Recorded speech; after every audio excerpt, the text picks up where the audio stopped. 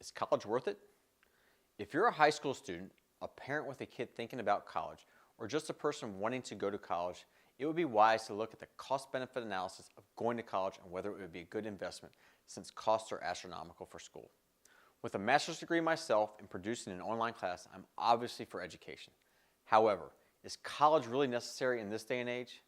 Well, if you want to go to college, it might be best to go to a community college first and knock out all the prerequisite classes for the major you want to go and then finish at a 4-year college.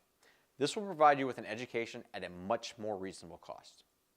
With the ability to make money by doing something related to the internet or the ability to pursue a trade, those options may be better choices as the cost for training with those two options is far less than going to college and maybe even more lucrative.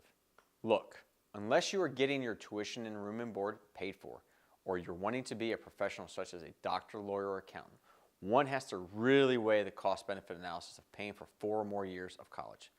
Going for a liberal arts degree or some other degree that does not pay a whole lot once you graduate may not be in your best interest, as you will be financially constrained most of your life, if not your whole life.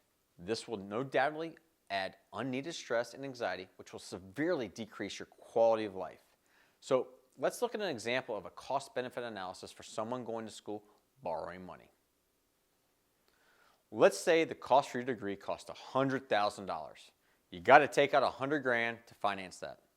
Your estimated started annual salary at $54,000 once you graduate.